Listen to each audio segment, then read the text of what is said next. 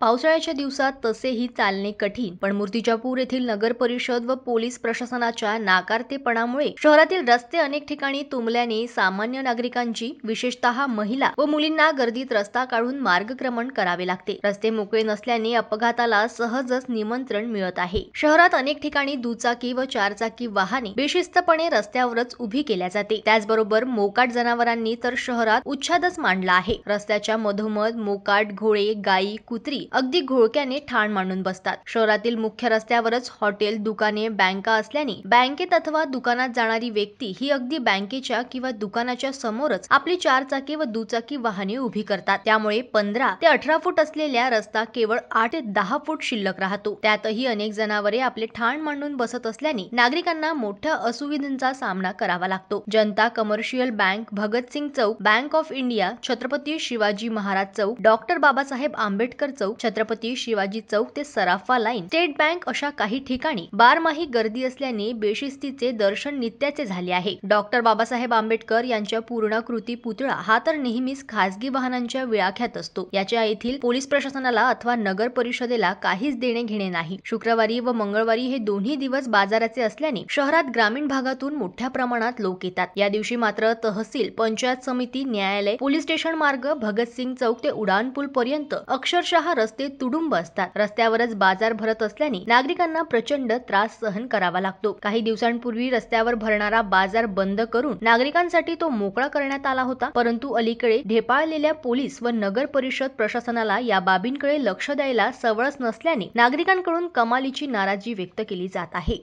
जनमत live news साठी अकोलामधून संजय उमक यांची रिपोर्ट.